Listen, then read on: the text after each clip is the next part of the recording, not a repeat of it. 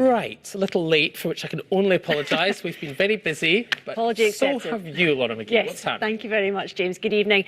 It's the showpiece event in the football calendar, but as things stand, this month's Scottish Cup final will be played in an empty stadium. Hibernian are due to face St Johnstone behind closed doors at Hampden, despite the Scottish FA trying to find an alternative venue. However, it's emerged tonight that Aberdeen are offering to stage the game at Pittodrie, with a minimum of 500 fans in attendance. Keradine Itzan reports. BBC News. The Scotland striker Ollie McBurnie is being investigated by his club Sheffield United after a video emerged on social media appearing to show him in an altercation with a group of young men.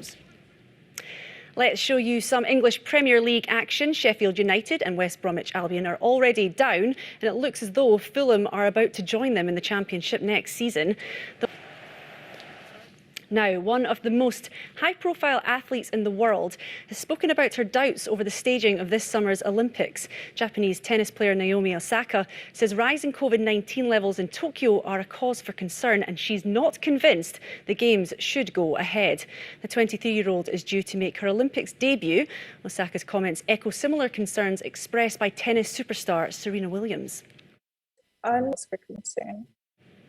Well, despite Naomi Osaka's scepticism, the delayed Tokyo Games are due to begin in 73 days' time, 1 whole year after they were supposed to start. For some athletes, that meant waiting 12 months to compete at an Olympics they knew they had already qualified for. Team GB and Scottish sailor Luke Patience is one of them. The 2012 London Olympic silver medalist is now looking to go one better by taking gold in Tokyo, despite a very different feel to the greatest show on earth. You've already won a silver medal at a Games. I'm assuming that your aim is to go one better and become an Olympic champion. I mean, You thinking, right, I've got one more Olympics in me after this. I've got 2 more Olympics in me after this. How long are you going to keep going? yes.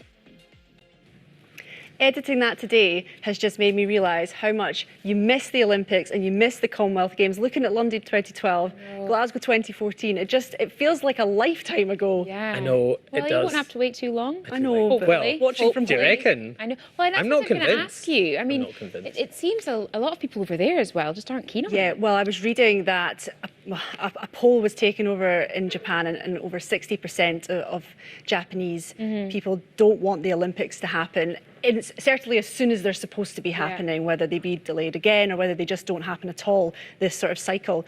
But it is sort of this, some people are so looking forward to it, and then there's just sort of this disarray around it as well, because of course Japan, or Tokyo certainly, have gone into this extended state of the pandemic. Well, Yeah, it's worrying, and isn't you it? feel Yeah. for the athletes as well, the kind of, Yeah. you know, preparing, and then thinking, oh no, we're not doing it. It must be hard for Well, them. especially Luke, who has already known that he qualified a year ago Yeah. and has basically sat there, had been able to do some sailing. Well, but on the not- upside, he's clearly got a rock band to play. Exactly, yeah, he's got his second career ready for be him all right. anyway, doesn't he? Thank you very much, Laura. Thank you. Cheers. Now, Facebook has told the BBC it will remove